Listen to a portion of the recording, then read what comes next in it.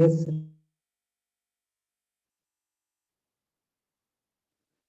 ठीक है, तो मैंने कहा it is used to find out Mendelian disorder. तो यहाँ पर मेंडेलियन डिसऑर्डर की बात करें तो मैंने कहा कि वे लॉ ऑफ डोमिनेंस वर्क्स, ये वो वाला मेंडेलियन डिसऑर्डर है या उसको हम मेंडेलियन डिसऑर्डर कहेंगे जहां पर लॉ ऑफ डोमिनेंस काम कर रहा है। क्लियर है? तो जहां पर भी लॉ ऑफ डोमिनेंस काम कर रहा है जिस डिसऑर्डर में, उसको हम पेडिग्री एनालिसिस में पहले ही फाइंड कर सकते हैं। ठीक है, पहली चीज मैंने कहा कि अगर हम इसमें सिंबल्स यूज करते हैं, यानी क्या यूज करते हैं पेडिग्री के लिए, हम इसमें यूज करेंगे सिंबल्स को। तो अगर सिंबल की बात की जाए तो ये है स्क्वायर, और ये किसके लिए होता है, दैट इज मेल के लिए। इसी तरीके से यह है सर्किल, ये किसके लिए है, तो ये फीमेल के लिए है। अगर स्क्वायर और ये सर्किल इस तरीके से दिखाया गया है तो इसका मतलब दिस इज मैरिज, ये मैरिज। अगर हम ऐसे दिखा रहे हैं तो इसका मतलब ये जो वर्टिकल लाइन शो कर रही है ये शो करती है ऑफस्प्रिंग। तो दीज आर ऑफस्प्रिंग। तो मैंने कहा कि ये ऑफस्प्रिंग है, ये अगर दिखाया जाए तो ये पेरेंट्स है। तो आप देख सकते हैं कि इसमें पेरेंट में यहाँ पर मैरिज होती हुई दिखाई गई, और ये जो वर्टिकल लाइन है यहाँ पर ऑफस्प्रिंग्स को दिखाया गया है। क्लियर है बात? जल्दी बताइए। Yes sir. ओके, इसके बाद मैंने कहा कि कुछ जगहों पर हमको ये नहीं पता होता कि ये मेल है या फीमेल है। इसका मतलब ये हुआ कि हमें ये नहीं पता है कि मेल है या फीमेल है, तो इसको हमने नाम दे दिया that is an unspecified sex.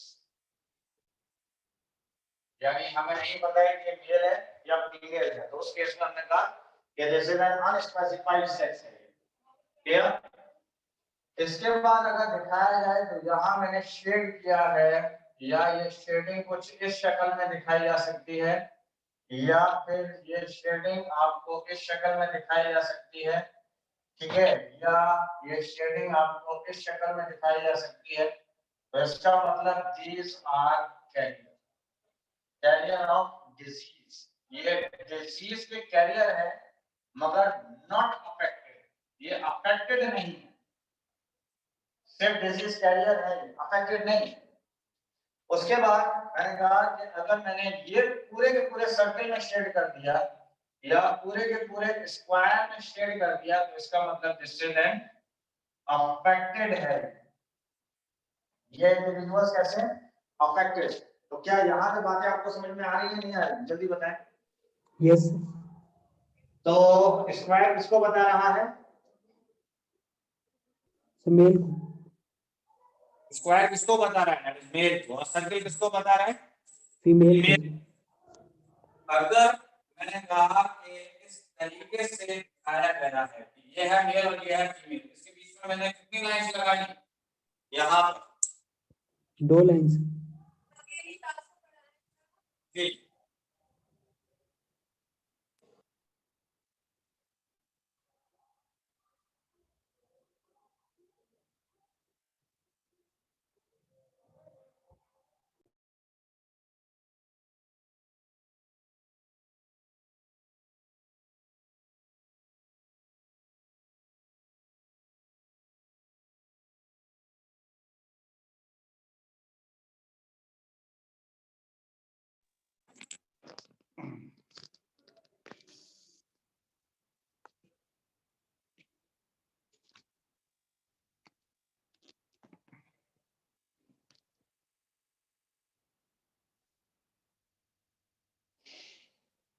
ठीक है, तो आवाज आ रही है?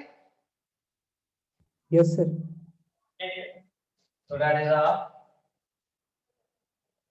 कंसेंटुअस मैरिज कहलाता है।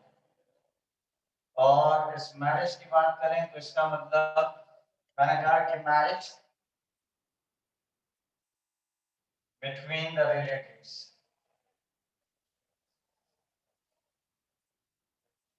between the relatives. यहाँ तक आप जल्दी से सिंबल्स को नोट कर लिया है आपने, हटा दूं? यस सर, हटा दी।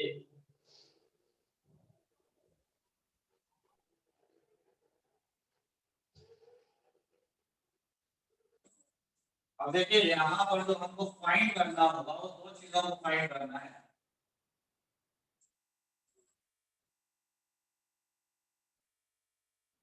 पहले हमें फाइंड करना है कि आप इसमें पता करना है कि डोमिनेंट डिसऑर्डर कौन सा है। पहली चीज हमें फाइंड करनी होती है इसमें डोमिनेंट डिसऑर्डर, यानी डोमिनेंट डिसऑर्डर या रेसेसिव डिसऑर्डर। दूसरा है दैट इज ऑटोसोमल या फिर सेक्स लिंक्ड डिसऑर्डर।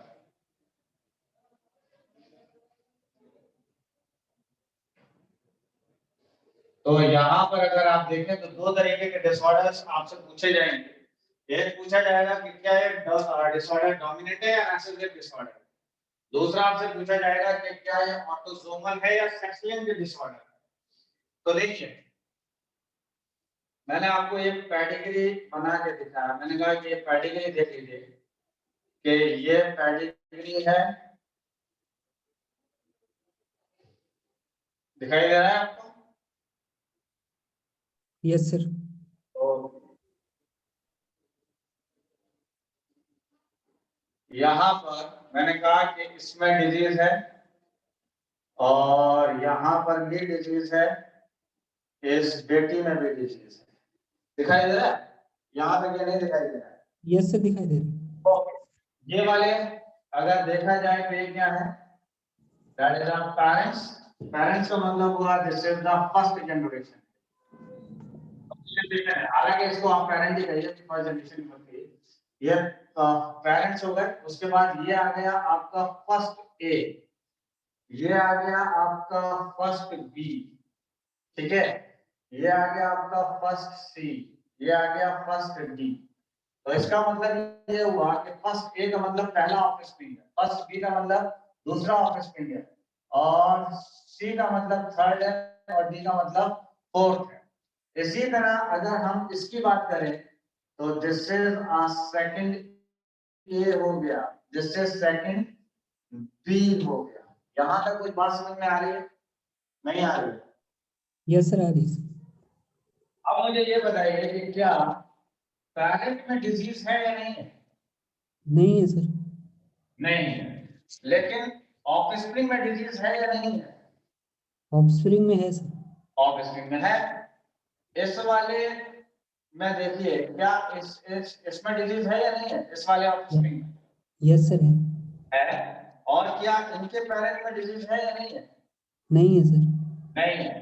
जब अगर जनरेशन गैप हो, क्या हो कि अगर मैंने कहा कि जनरेशन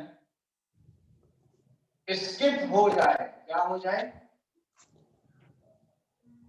क्या हो जाए? Generation skip. क्या हो जाए? स्किप हो जाए।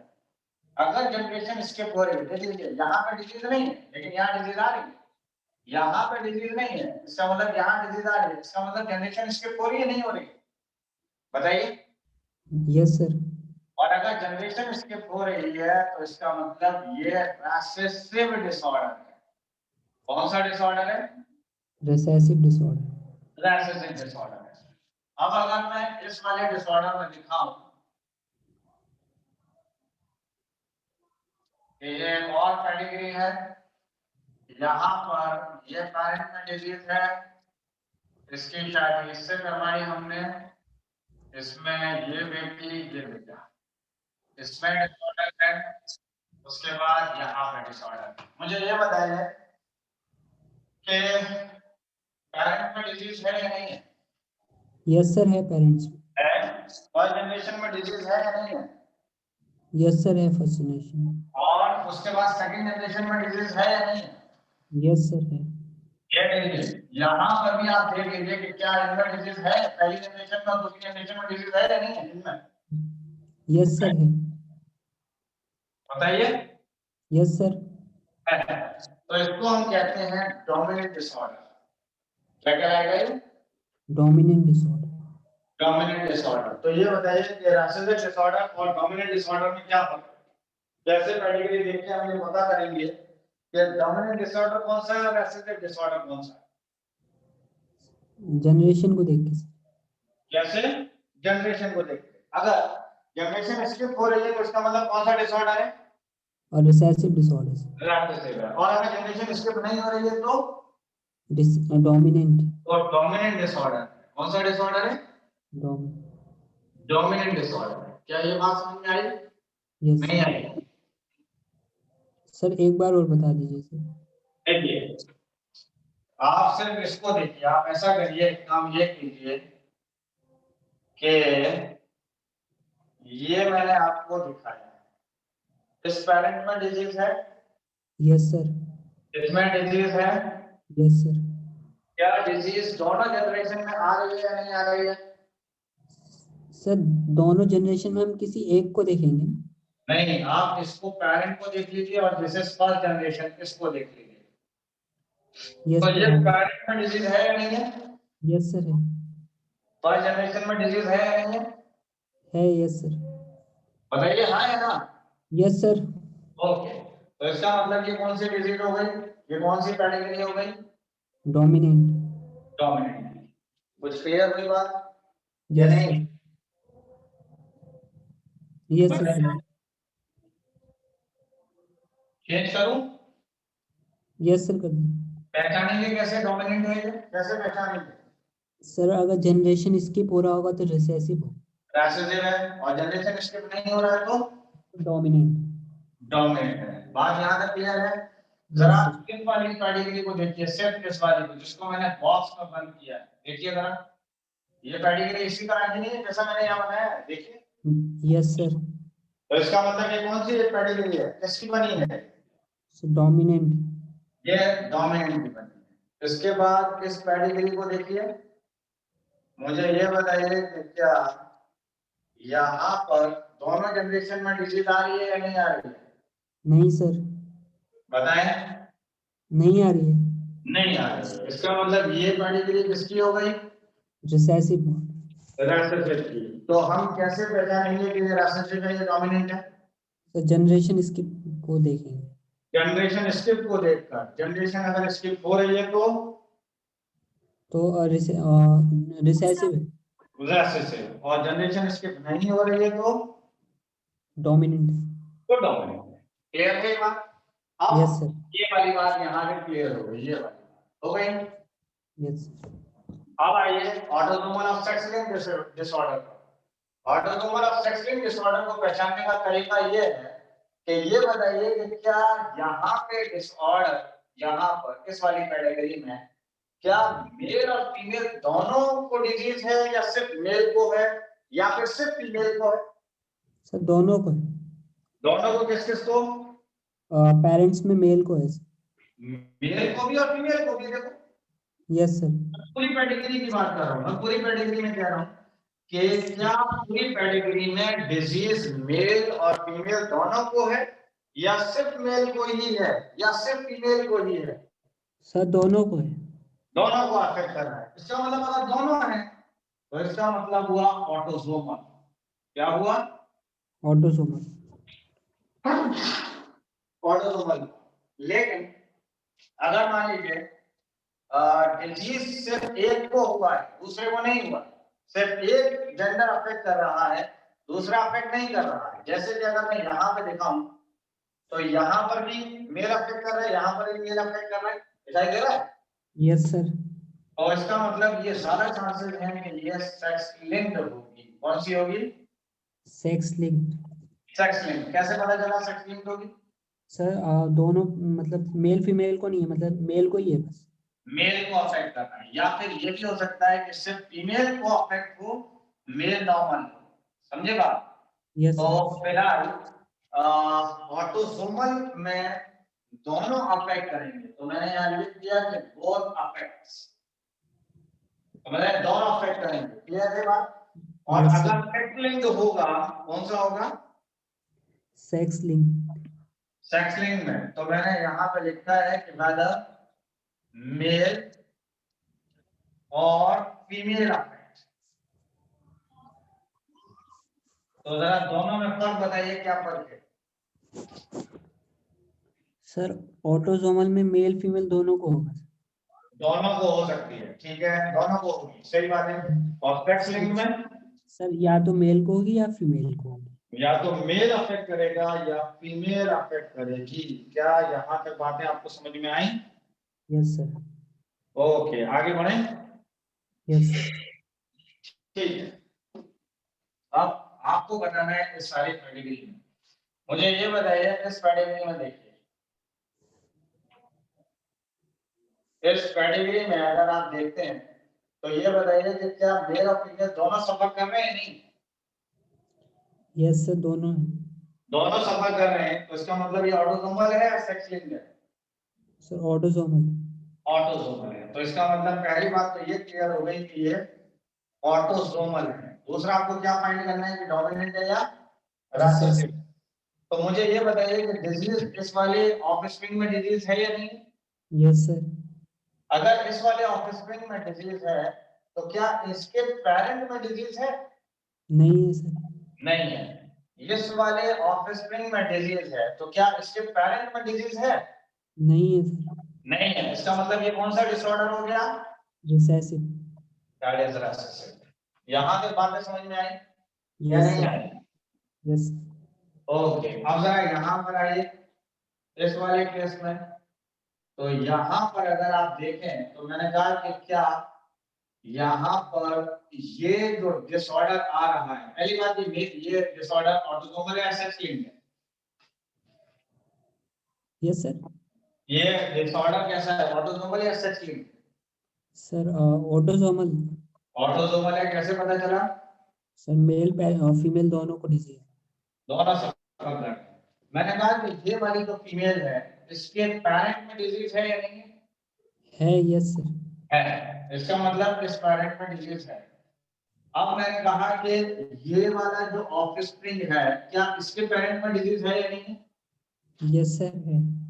है सर। अगर पेरेंट में डिजीज है तो इसका मतलब इस कोई जनरेशन यहाँ पे स्किप हो रही है? नहीं हो रही है सर। नहीं हो रही है। इसका मतलब ये कौन सा डिसऑर्डर है? Sir dominant. Dominant disorder. अब कुछ समझ में आई बात? यस सर, अब समझ। नहीं आई? यस सर, आ गई। ओके, रब कर दूं सारा? एक मिनट सर, कर दीजिए। ओके,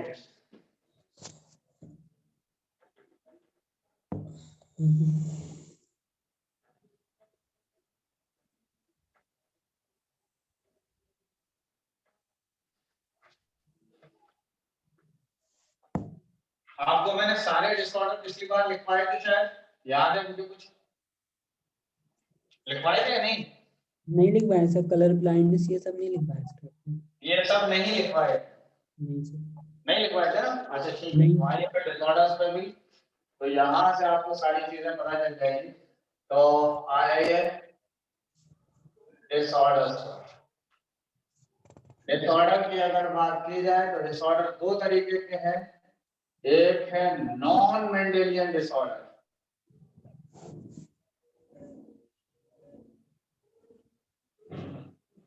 कौन सा डिसऑर्डर है? Non Mendelian. और एक कौन सा डिसऑर्डर है? Mendelian disorder. तो एक है Mendelian disorder. What is the difference between Mendelian disorder and non-Mendelian disorder? क्या फर्क है? तो यहाँ पे मैंने लिखा है डू नॉट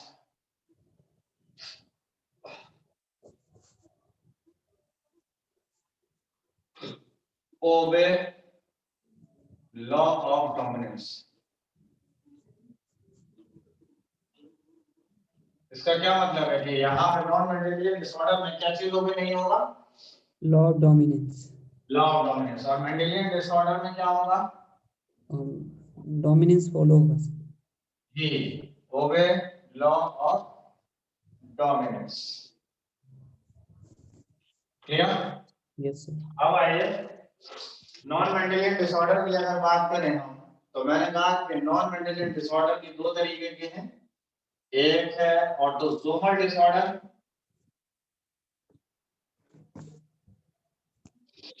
और एक है सेक्स लिंक्ड डिसऑर्डर। कौन सा disorder? Sex linked disorder. Sex linked disorder.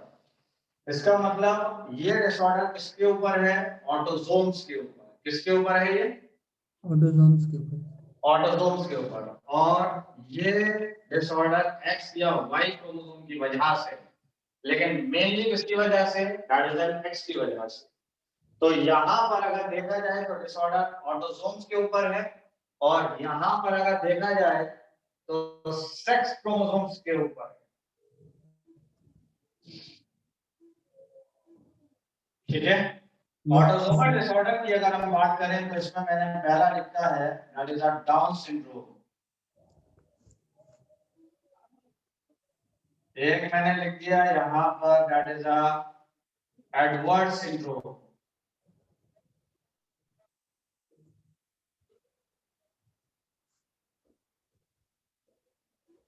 एक यहां पर मैंने लिख दिया दैट इज अ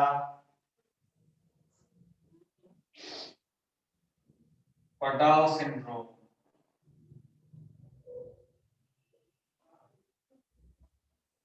इसी तरीके से है दैट इज अ क्राइडल सिंड्रोम। सेक्लिंग डिसऑर्डर की अगर बात की जाए तो यहां पर आया that is a Turner syndrome.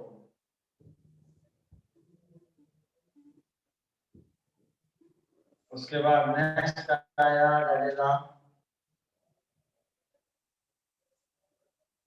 क्लिनफेल्टर syndrome. इसके बाद आया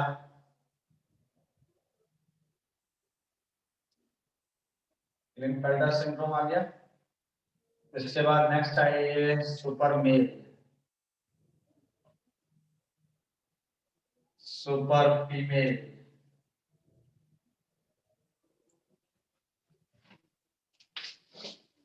जी हुआ कंप्लीट? Yes sir.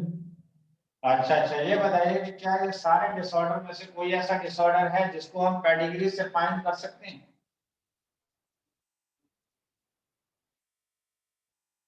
नहीं सर। नहीं। तो यहां पर मैंने लिख दिया है कि कैन नॉट फाइंड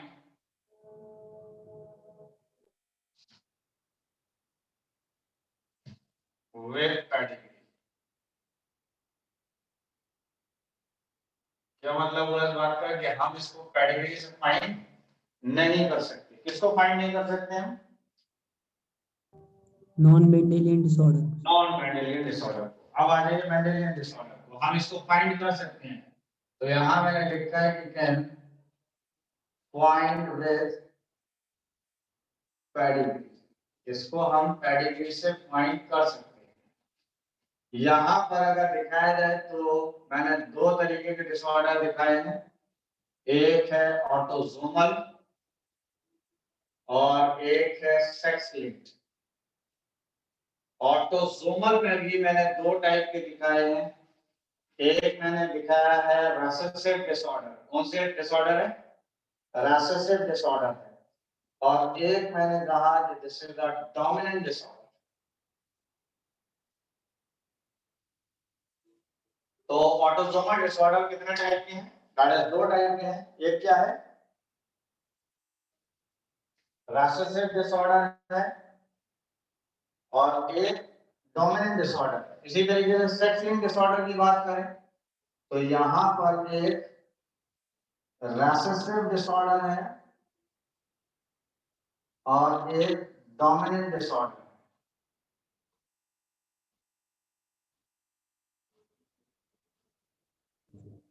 यहां पर जो डिजीज है वो एक्स क्रोमोसोम के ऊपर है, और यहां पर जो डिजीज है वो ऑटोसोम्स के ऊपर है। आइए रेसेसिव डिसऑर्डर की अगर बात की जाए तो एक मैंने कहा कि that is a sickle cell anaemia.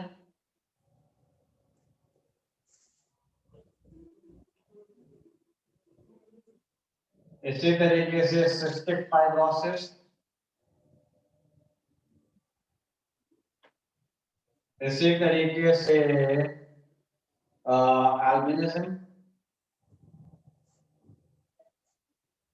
इसी तरीके से एल्कैप्टेनोयूरिया,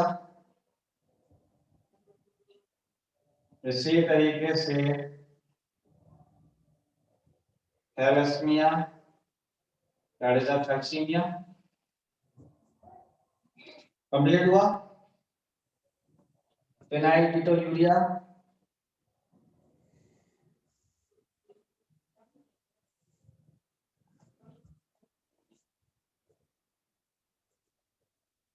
डोमिनेंट डिसऑर्डर पे आ जाइए। तो पहला है दैट इज वूली हेयर, एकॉन्ड्रोप्लेसिया,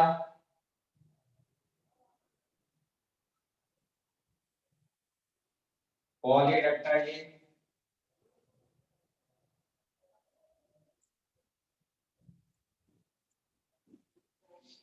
चलिए बस। रेसेसिव डिसऑर्डर की यहां पर बात करें तो दैट इज हीमोफीलिया,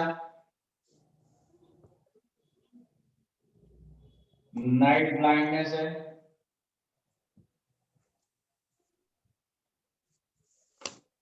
इसी तरीके से हीमोफीलिया हो गया, नाइट ब्लाइंडनेस हुआ, और कलर ब्लाइंडनेस,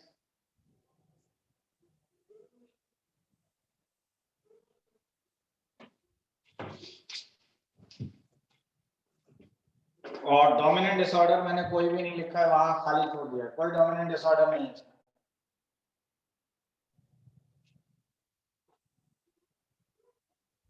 सर ऐसा क्यों होता है डोमिनेंट? कोई डोमिनेंट डिसऑर्डर आपके सिलेबस में नहीं। अच्छा यस सर, तो उसमें मैंने खाली छोड़ दिया, कुछ भी नहीं। ठीक है सर।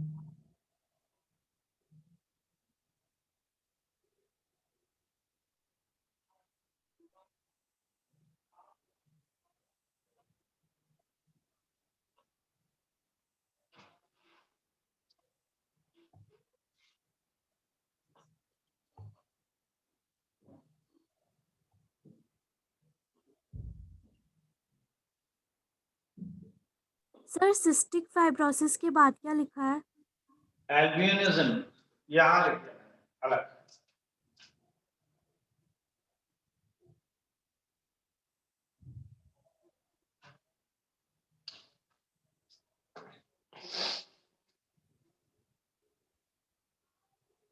एल्कैप्टोन्यूरिया,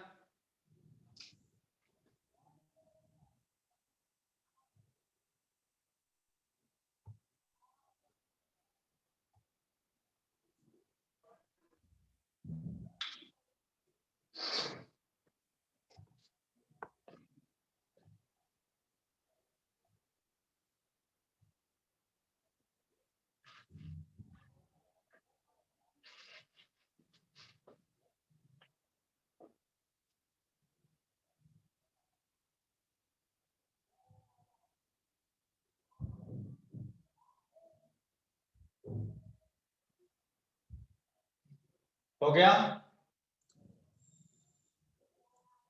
यस सर, ओके, रब कर दूं। कर दीजिए।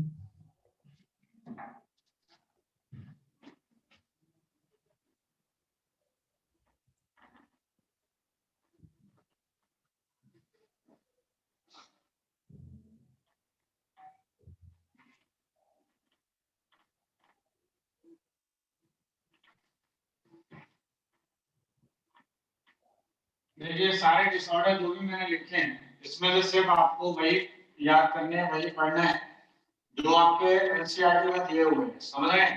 बाकी समझ जाइएगा। तो सबसे पहले आ जाइए डायरिया हीमोफीलिया। हीमोफीलिया का दूसरा नाम है डायरिया ब्लीडर डिजीज। कौन सी डिजीज है ये? Bleeder disease. ब्लीडर डिजीज, या फिर इसी का एक और नाम है डायरिया रॉयल डिजीज, समझ रहे हैं? और इसमें होता क्या है कि पहला पॉइंट मैंने लिखा है कि ब्लड डू नॉट क्लॉट, इसमें क्या चीज क्लॉट नहीं हो रही है, तो यहाँ पे लिखा है that is blood do not clot। दूसरा मैंने कहा it is present in the family of Queen Victoria। किसकी फैमिली में मिलेगी ये बीमारी? तो ये बीमारी प्रेजेंट है क्वीन विक्टोरिया की फैमिली में, इसीलिए समझ रहे हैं ऑफ यूके।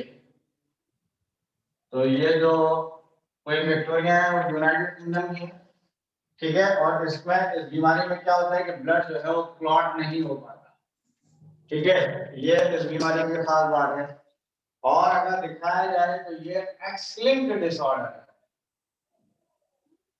कैसा डिसऑर्डर है?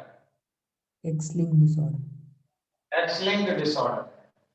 ये बात अगर दिखाई जाए तो मैंने कहा कि अगर ये एक्स क्रोमोसोम है, ये एक्स क्रोमोसोम है, इसका मतलब ये कैसी है?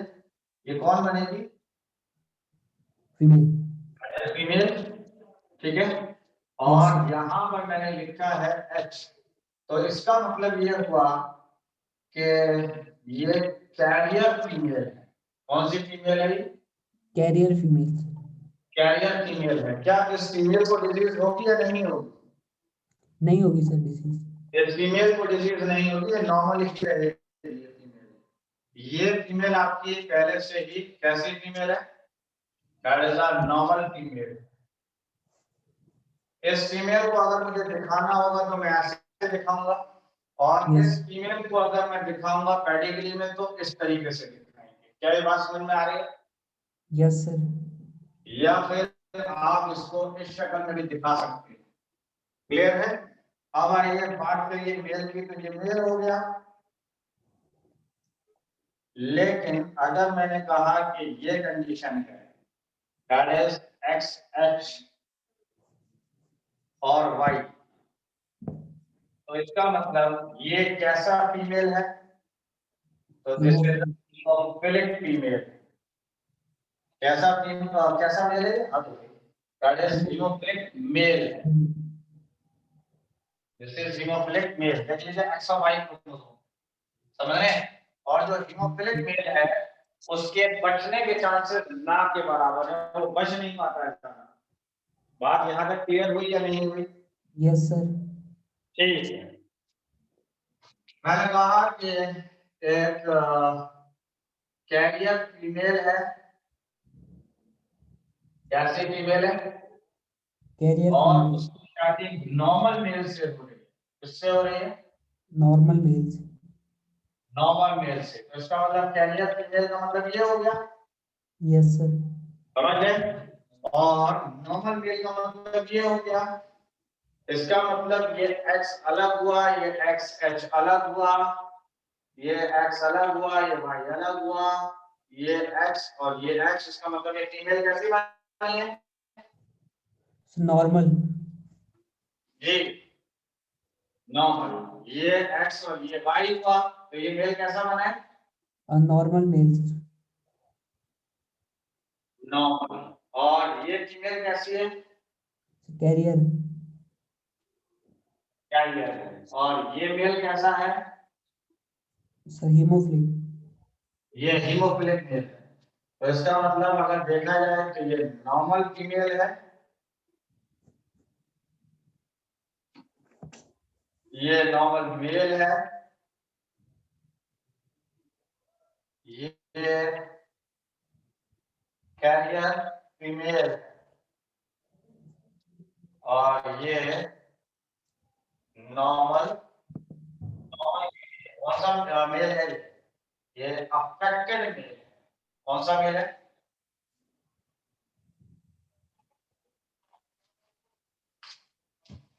कौन सा मेल है ये? Affected male. ये अफेक्टेड मेल है। यहाँ पे बात समझ में आ रही है?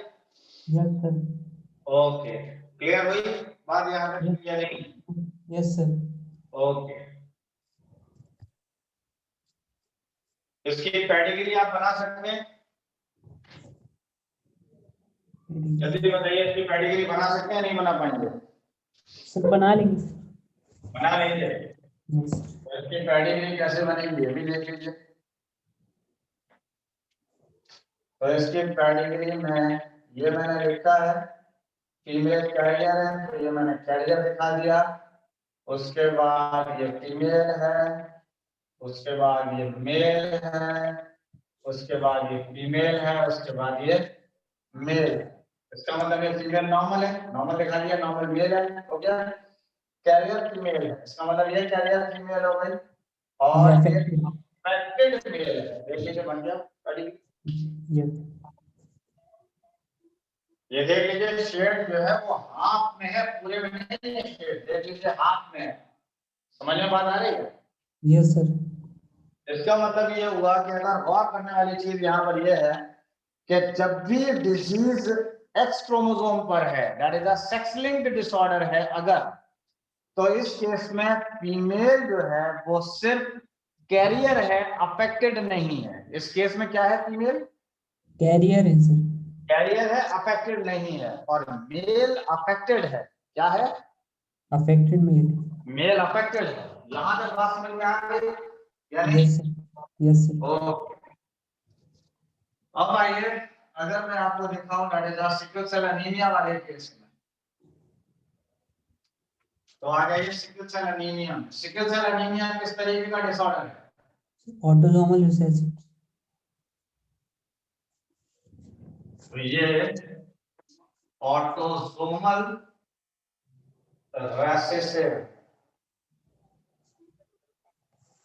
इसका मतलब ये हुआ कि अगर आपको दिखाया जाए तो ये HB है, और ये HB वाले अगर देखा जाए तो दो जीन है, एक HB। यहाँ पर मैंने N लगा दिया, यहाँ N लगा दिया, इसका मतलब ये हीमोग्लोबिन नॉर्मल है। और इसका क्रॉस हमने कराया HB N से और HB S। तो मुझे ये बताइए कि क्या इस बंदे को डिजीज होगी या नहीं होगी? इस वाले नहीं होगी सर। क्यों नहीं होगी? सर डिजीज जो है वो रिसेसिव डिसऑर्डर। क्योंकि रिसेसिव डिसऑर्डर है, नॉर्मल वाला इसके ऊपर डोमिनेंट हो गया, जिसकी वजह से इसके ऊपर डिजीज नहीं होगी। तो इसका मतलब अगर देखा जाए तो ये डिजीज तभी आ सकती है, यहाँ पर भी अगर दिखाया जाए तो ये भी एक तरीके का कैरियर है, ये भी कैरियर हो गया। और अगर इसको क्रॉस कराते हैं हम तो this is HBN, this is HBS,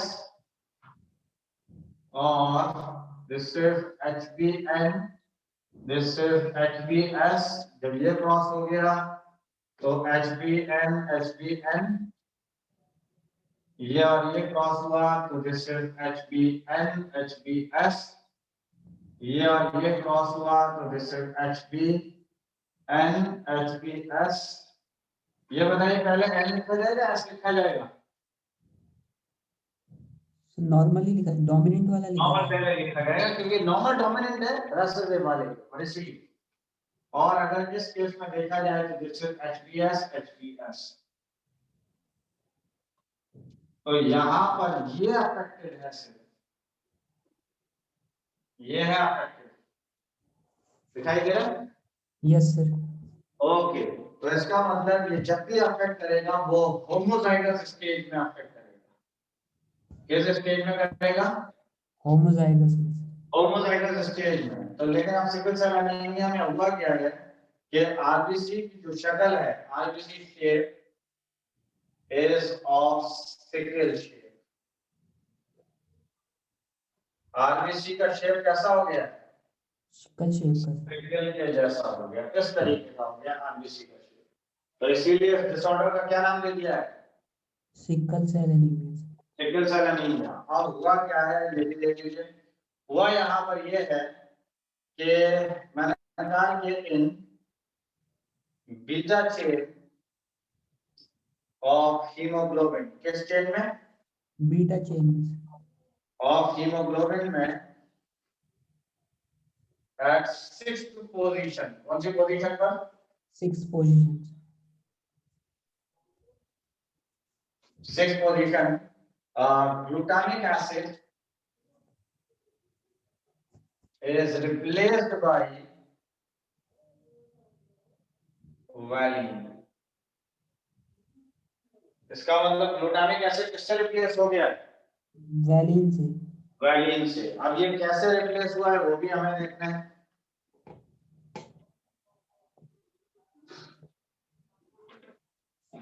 तो अगर ये दिखाया जाए तो मैंने कहा कि ये आपका डीएनए है, समझ रहे हैं, ये आपका डीएनए है।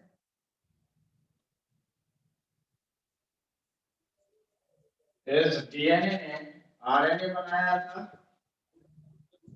और आरएनए ने प्रोटीन को बनाया।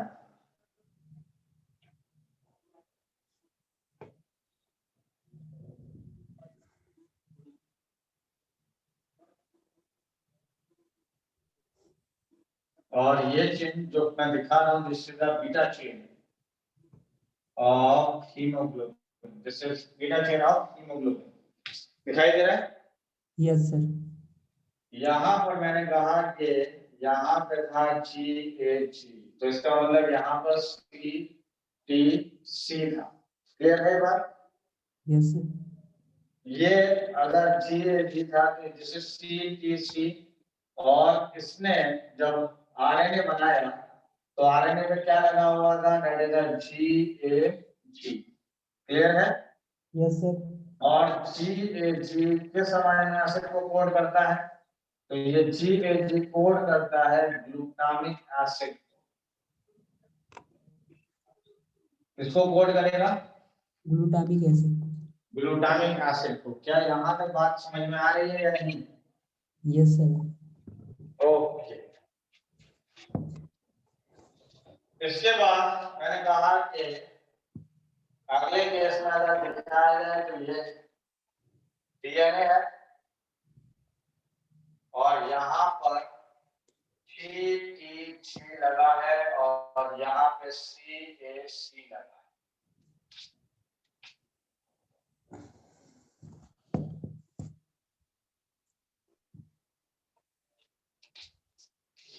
और उससे जब आरएनए बना है तो यहाँ पर लग गया GUG, और GUG ने जब अमीनो एसिड को कोड किया है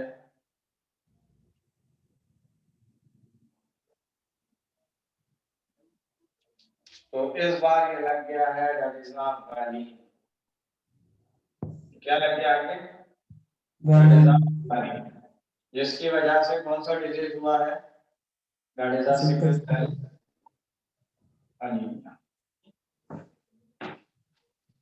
और ये अगर देखा जाए तो नॉर्मल चेंज। तो यहाँ पर अगर आप देख रहे हैं तो यहाँ पर पॉइंट म्यूटेशन हुआ। क्या हुआ है? Point mutation. पॉइंट म्यूटेशन में अगर देखा जाए तो यहाँ पर पहले क्या लगा था? दैट इज एन A और T लगा था, देख लीजिए। लेकिन बाद में जो पॉइंट म्यूटेशन हुआ जिसकी वजह से AG रिवर्स हो गया। जब ये रिवर्स हो गया तो इसका मतलब T ऊपर चला गया, A नीचे आ गया, और इससे अब जब कोडॉन डेवलप हुआ mRNA पर, तो पहले कोडॉन था GAG, लेकिन अब कोडॉन क्या हो गया? That is GUG। तो पहला था दैट इज GAG कोडॉन, और GAG कोडॉन किसको कोड कर रहा था? ये कोड कर रहा था ग्लूटामिक एसिड। लेकिन अब ये कोड अब जो कोडॉन हो गया, उस कोडॉन हो गया दैट इज GUG, और GUG किसको कोड करने लगा? ये कोड करने लगा वैलिन।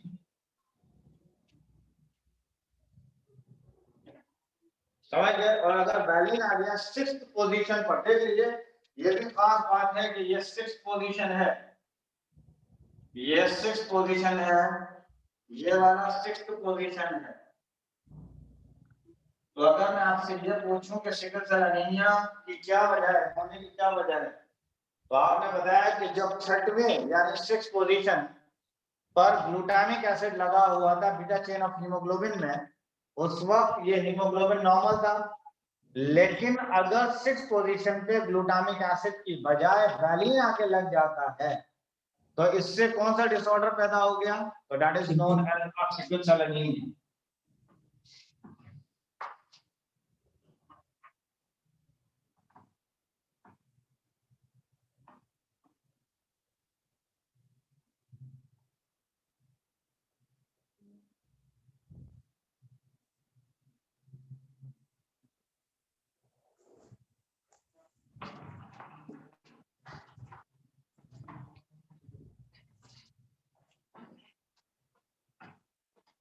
कंप्लीट हुआ? Yes sir. रफ कर दूं? यस। ठीक है। अच्छा, इस ये पेडिग्री हो गई और बाकी डिसऑर्डर के मैंने नाम बता दिए, बाकी चीजें आप एनसीईआरटी से एक बार देख लीजिएगा, ठीक है? यस तो इसमें से और तो कुछ नहीं बचा है चैप्टर में से सर। नहीं जल्दी। सर सिस्टिक फिब्रोसिस और बता दी सर, जो एनसीईआरटी में बस नाम दे रखा है सर उसका। हाँ तो बेटा एनसीईआरटी में सिर्फ नाम ही पढ़ना है, इससे ज्यादा नहीं पढ़ना है। जो एनसीईआरटी में दिया हुआ है बस उतना ही पढ़ना है। आपको सिर्फ इतना याद रहना चाहिए कि सिस्टिक फाइब्रोसिस जो है एक तरीके का रासेसिव डिसऑर्डर है बस। Sir chromosomal theory of inheritance रह गया सर। रह गया है। यस। पहले तो क्रोमोसोमल थ्योरी ऑफ इनहेरिटेंस में दो बातें हैं, वो भी देख लीजिए।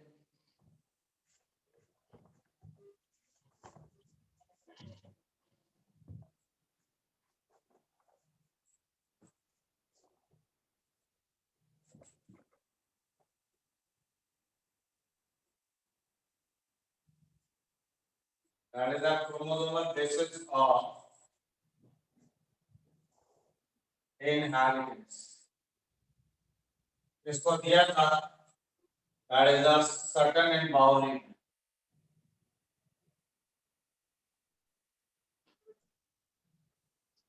तो इसको दिया किसने है? क्रोमोसोमल बेसिस ऑफ इनहेरिटेंस को ये दिया सटन है बाउली। इनका कहना था कि Mendelian factors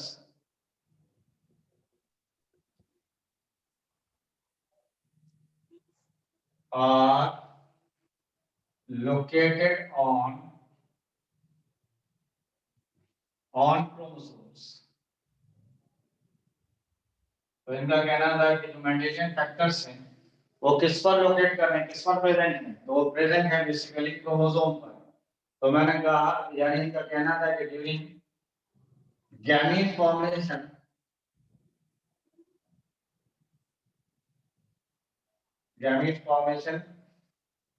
these chromosomes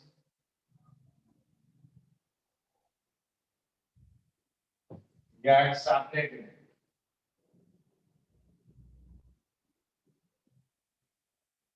such that the factor also segregate, also separate, also separate. इसके बाद somatic cell have paired chromosomes.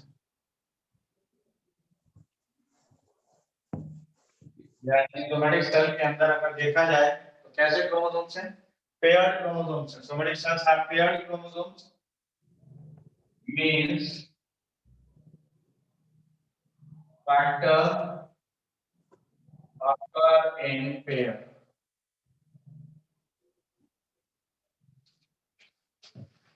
While the gamete या germinal cell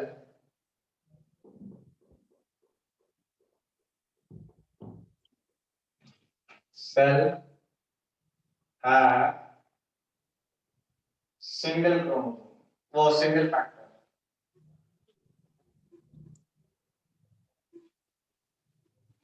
ये बातें समझ में आ रही है आप लोगों को? सर थोड़ी एक बता दीजिए सही से। अच्छा, पहली बात क्रोमोसोमल बेसिस ऑफ इनहेरिटेंस दिया किसने है? तो इसको दिया है सटन एंड बॉवरी। और इनका कहना था कि जो मेंडेलियन फैक्टर्स हैं, मेंडेलियन फैक्टर का मतलब है कैपिटल टी स्मॉल टी या फिर कैपिटल टी या स्मॉल टी, ये किसके ऊपर प्रेजेंट है? ये क्रोमोसोम के ऊपर। क्रोमोसोम पर। ये बिल्कुल बात ऐसी है कि इनका कहना था कि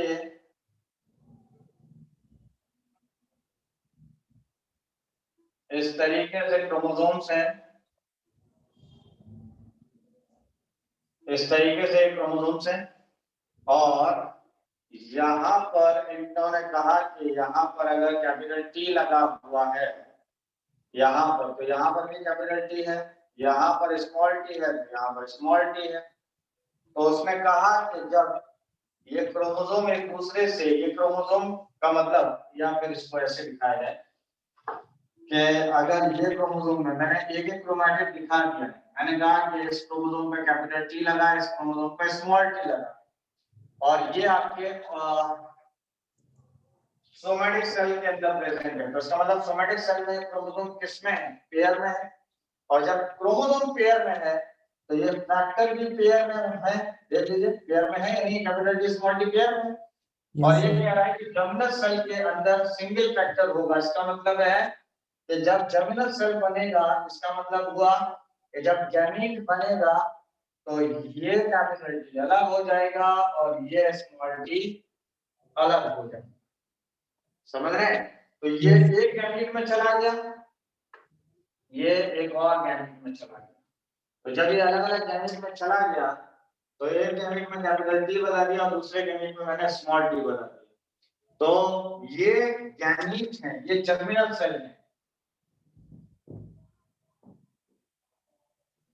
समझ गए? और ये सोमैटिक सेल है। तो सोमैटिक सेल के अंदर अगर देख रहे हैं आप तो क्रोमोसोम पेयर में, क्रोमोसोम पेयर में इसका मतलब जो फैक्टर्स हैं वो पेयर में। और अगर आप यहाँ पर जर्मिनल सेल्स को देख रहे हैं, जर्मिनल सेल्स का मतलब बात हो रही है गैमीट की। गैमीट के अंदर पेयर की बजाय एक एक क्रोमोसोम प्रेजेंट है। यहाँ पर पेयर था, लेकिन गैमीट के अंदर एक एक क्रोमोसोम होगा पेयर में से। तो जब एक एक क्रोमोसोम हो गया तो एक क्रोमोसोम के ऊपर ये फैक्टर है, दूसरे क्रोमोसोम पे ये फैक्टर है, इसका मतलब हुआ कि ये फैक्टर अलग अलग होगा, एक एक सिंगल फैक्टर प्रेजेंट होगा अलग अलग गैमीट्स के अंदर। Yes sir. बात समझ में आ रही है? यस। और यहाँ लिखा भी है ड्यूरिंग गैमीट फॉर्मेशन, जिस वक्त गैमीट फॉर्मेशन होगा ये क्रोमोसोम सेपरेट हो जाएंगे, सच दैट कि ये फैक्टर भी सेपरेट हो जाएंगे। जब ये क्रोमोसोम सेपरेट होगा तो फैक्टर भी सेपरेट हो जाएंगे। यहाँ तक बात आपको समझ में आ रही है नहीं आ रही? Yes sir. रब कर दो इसको, कर दीजिए।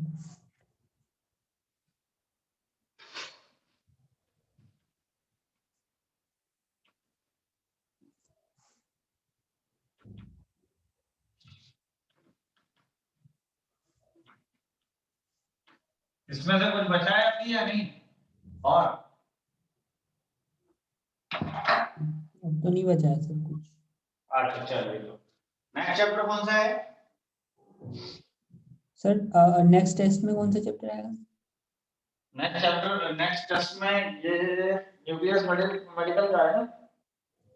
Yes sir. पेपर कब होगा?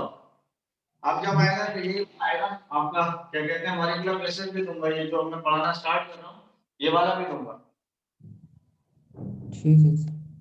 ठीक है, तो आइए मॉलिक्यूलर बेसिस ऑफ इनहेरिटेंस पर।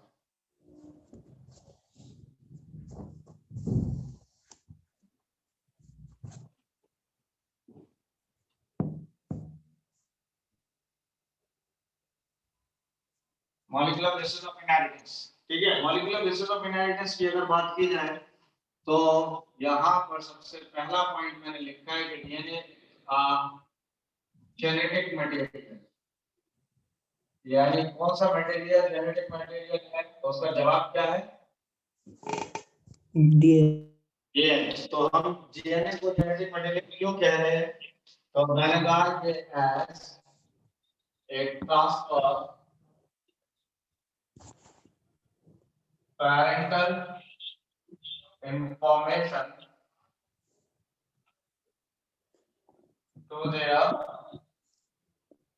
offspring। तो यानी पैरेंटल इंफॉर्मेशन किसको ट्रांसफर की जा रही है? ऑफस्प्रिंग को। Yes sir. ठीक है, और ट्रांसफर कर कौन रहा है? DNA sir. That is DNA. तो इसीलिए डीएनए को हमने क्या नाम दिया? Genetic material. जेनेटिक मटेरियल, ठीक है। तो मैंने कहा कि एवरी डिफरेंट, या इसको ऐसे कहिए कि every organism have different type and size of DNA. इसका क्या मतलब है कि हर ऑर्गेनिज्म के पास में डीएनए जो होगा वो डिफरेंट टाइप का होगा और उसका साइज भी क्या होगा, अलग होगा। अलग होगा। तो मैंने कहा कि size of DNA is measured in base pairs, यानी साइज ऑफ डीएनए को आप किसमें मेजर करेंगे, बेस पेयर से। That is the base pairs. ठीक है, लाइक अगर बात की जाए तो जैसे कि अगर मैंने कहा कि 5 into 174 ये एक तरीके का वायरस है। क्या है, वायरस। इसका साइज क्या होगा, तो इसका साइज होगा 5386 बेस पेयर नंबर। एक बार और चेक कर लीजिएगा, बेस पेयर से होगा, बेसिस होगा, सर क्योंकि ये सिंगल स्टैंडर्ड का डीएनए होता है। कैसा डीएनए होगा,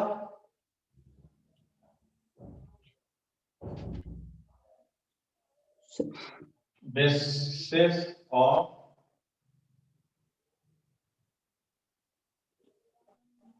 साइज ऑफ डीएनए।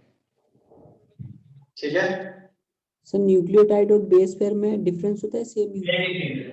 आप बेस पेयर के बेसिस कह लीजिए या न्यूक्लियोटाइड कह लीजिए, बात एक ही है। न्यूक्लियोटाइड बेसिकली बेसिस यही है।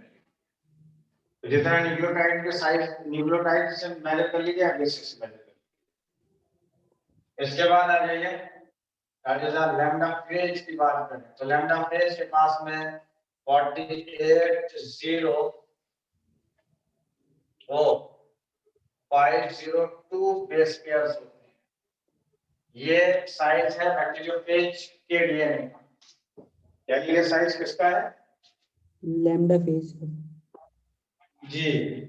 इसी तरीके से इकोलाई की बात करते हैं तो इकोलाई का साइज है 4.6 into 10 to the power 6 base pairs. कितने बेस पेयर है इसका, 4.6 into 10 की पावर 6 बेस पेयर्स का है। इसी तरीके से ह्यूमन की बात करें तो ह्यूमन के हैप्लॉइड जीनोम की बात कर रहे हैं तो that is 3 into 10 to the power 9 base pairs होंगे। कितने बेस पेयर्स होंगे, 3.3 into 10 की power 9 base pair. 9 base pairs होंगे।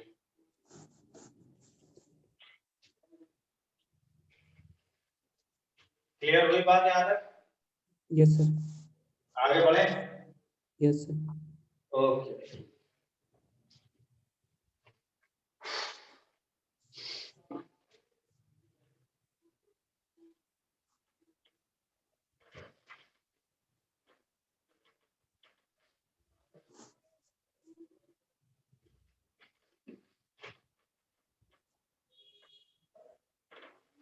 तो नेक्स्ट है एक बंदा था जिसका नाम था फ्राइड्रिक मिस्टलर। इन्होंने क्या किया कि एक पस सेल लिया। कैसा सेल लिया है, पस सेल। पस सेल। और पस सेल के अंदर इन्होंने एक बेसिक डाई को डाला। इसको डाला है बेसिक डाई। बेसिक डाई को। बेसिक डाई में इन्होंने देखा कि इस सेल के अंदर किसी चीज को बेसिक डाई ने कलर्ड कर दिया है। क्या कर दिया है, कलर। और इससे इनको पहली बार पता चला कि सेल के अंदर कोई एसिड मौजूद है। यानी इनका क्या कहना था, यानी फ्रेडरिक मिशलर का क्या कहना था कि फ्रेडरिक मिशलर ने एक पस सेल लिया और उस पस सेल के अंदर कैसे डाई डाली है, that is a basic dye drop की है। और बेसिक डाई को जब ड्रॉप किया तो देखा कि इसमें कोई चीज कलर्ड हो गई है। और कलर्ड जब हो गई तो उन्होंने कहा कि सेल के अंदर इसके अंदर एसिड मौजूद है और बाद में इसका नाम दिया न्यूक्लियन। क्या नाम दिया था एसिड का, nucleon. That is a nucleon नाम दिया था, ठीक है। Yes, और sir. बाद में ये न्यूक्लियन जो था वो चेंज हो गया, चेंज इनटू न्यूक्लिक एसिड। ये किस में चेंज हो गया? न्यूक्लिक एसिड में चेंज। न्यूक्लिक एसिड में। लेकिन इसको चेंज किया किसने था? तो वो थे अल्टमैन। किसने इसको चेंज किया है? ऑल्टमैन ने सर। दैट इज अल्टमैन ने चेंज किया। यहाँ तक बात समझ में आ रही है आप लोगों को या नहीं आ रही है? यस सर, आ रही है। रब कर दूं? Yes sir. अगर मैं आपसे पूछूं कि न्यूक्लिक एसिड टर्म किसने दी है तो जवाब क्या है? सर अल्टमैन ने। ALTMAN, अल्टमैन ने नाम दिया है। और न्यूक्लिक एसिड की डिस्कवरी किसने की थी? ये सर डिस्कवरी फ्रेडरिक किसने किया है?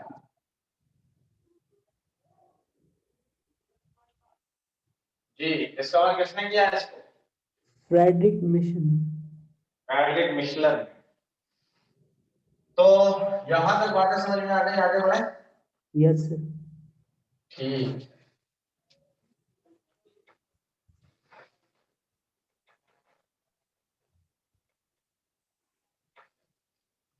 इसके बाद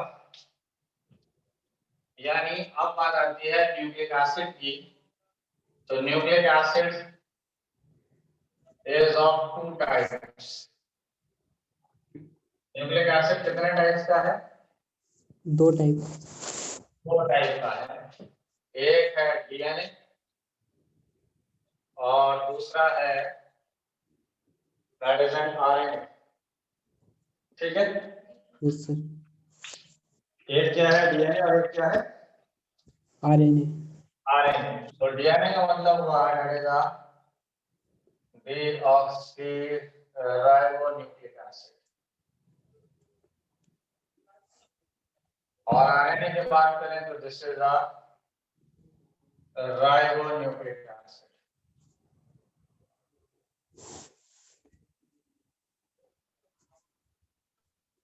क्लियर हुई बात? Yes sir. फिर मैंने कहा कि यहाँ पे लिखा है मैंने that is a minimum of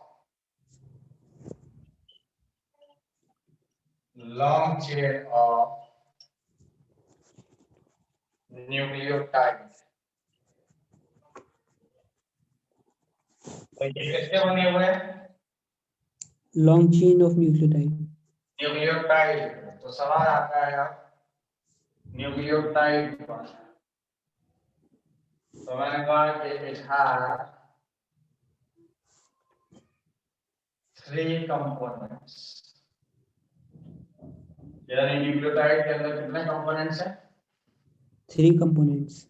3 components. पहला वाला है that is a 5 carbon sugar, जिसको आपने एक और नाम दिया that is a pentose sugar. दूसरा है that is a nitrogenous base,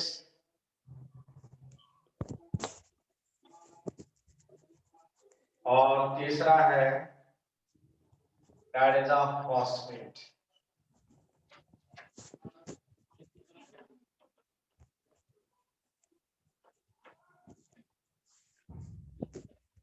यहाँ पर मैंने कहा कि नाइट्रोजनस गैस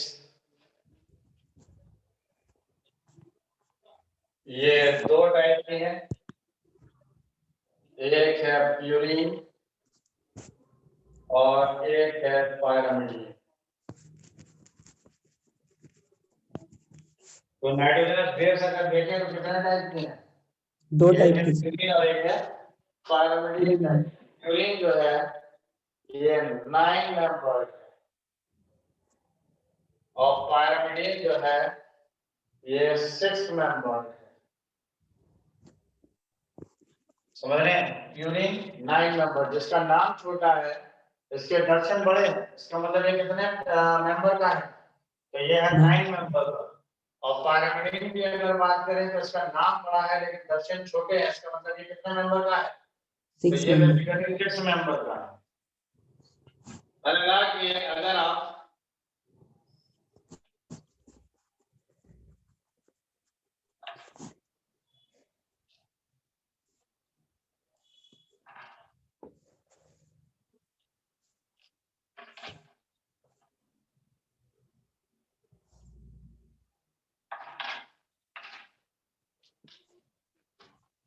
तो मैंने कहा कि अगर हम प्यूरिन की बात करें तो प्यूरिन कितने टाइप का हो गया? दैट इज 2 टाइप का। एक है एडेनिन और दूसरा है ग्वानिन। इसके नाम के आखिर में देख लीजिए क्या लिखा हुआ है। 9 तो देख लीजिए यहाँ पे क्या लिखा हुआ है। 9 तो इसका मतलब प्यूरिन के कौन कौन से मेंबर हैं? 2 मेंबर है एडेनाइन ग्वानिन। एडेनिन और ग्वानिन। और पहचानेंगे कैसे? जब प्यूरिन के कौन से मेंबर हैं इसको पहचानने का तरीका क्या है? सर 9 लिखा हुआ है इनके लास्ट में। पायरामिडीन पर आ जाइए तो पायरामिडीन 3 टाइप के हैं। एक है साइटोसिन, एक है थायमीन और एक है यूरासिल।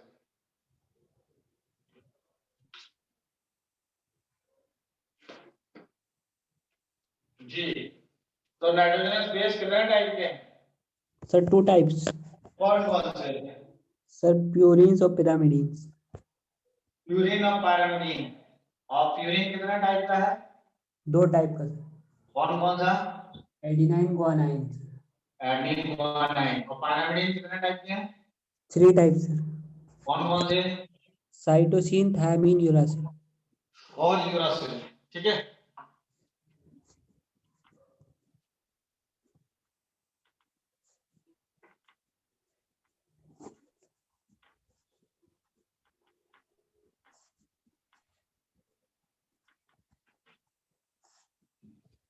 मैंने कहा कि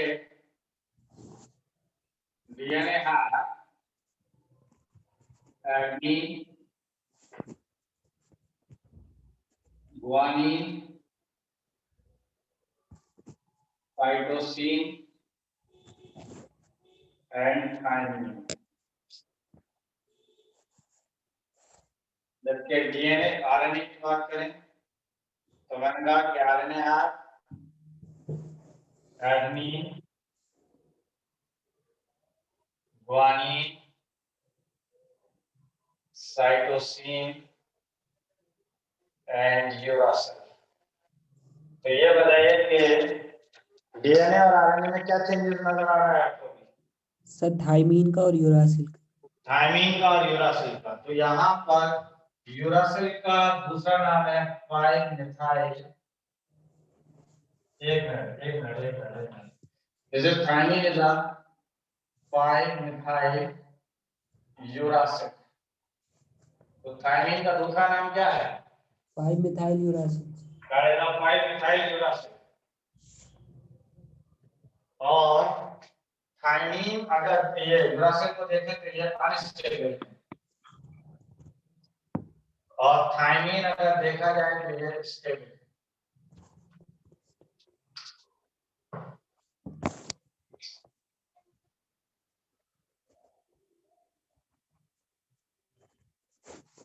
तो क्या? Yes sir. ऐसा ये पेंटोज शुगर।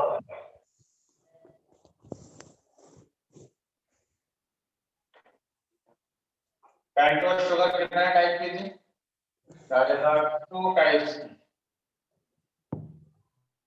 तो एक पेंटोज शुगर मैंने आपको ये दिखाई है और एक पेंटोज शुगर ये।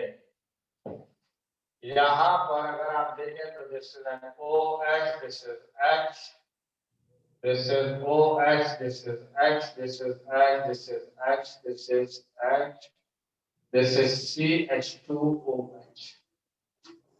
यहाँ पर अगर आप देखते हैं तो this is OH, this is H, this is H, this is H, this is OH, this is H, this is H, this is CH2OH। इन दोनों शुगर में अगर देखें तो कोई डिफरेंस नजर आ रहा है? Yes sir. ये पहली पोजीशन है, ये दूसरी पोजीशन है, ये तीसरा कार्बन, ये 4th है और ये 5th है। पहला, दूसरा, तीसरा, 4 और ये 5। तो आप देख लीजिए कि सेकंड कार्बन पर यहाँ पर OH है जबकि यहाँ पर सिर्फ H है। अगर H है तो इसका मतलब ये बेसिकली है आपकी डीऑक्सीराइबोस शुगर।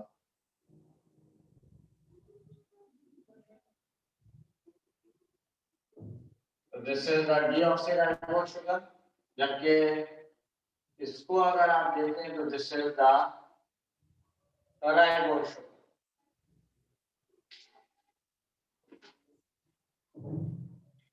यहाँ तक बात आपको समझ में आई? Yes sir, yes sir. Okay, चलिए इसको आज मैं यहीं तक रखता हूँ, नेक्स्ट टर्म पे फिर इसको आगे प्रोसीड करेंगे। ठीक है सर। ओके, कंप्लीट हो गया सब लोगों का? Yes sir. सर आप ये क्वेश्चन भेज दीजिएगा सर इसके ठीक है ठीक है ठीक है, मैं क्वेश्चन भेजता हूँ। ये पहले वाले के कह रहे हो ना? यस सर, पहले वाली चैप्टर। हाँ ठीक है उसके लिए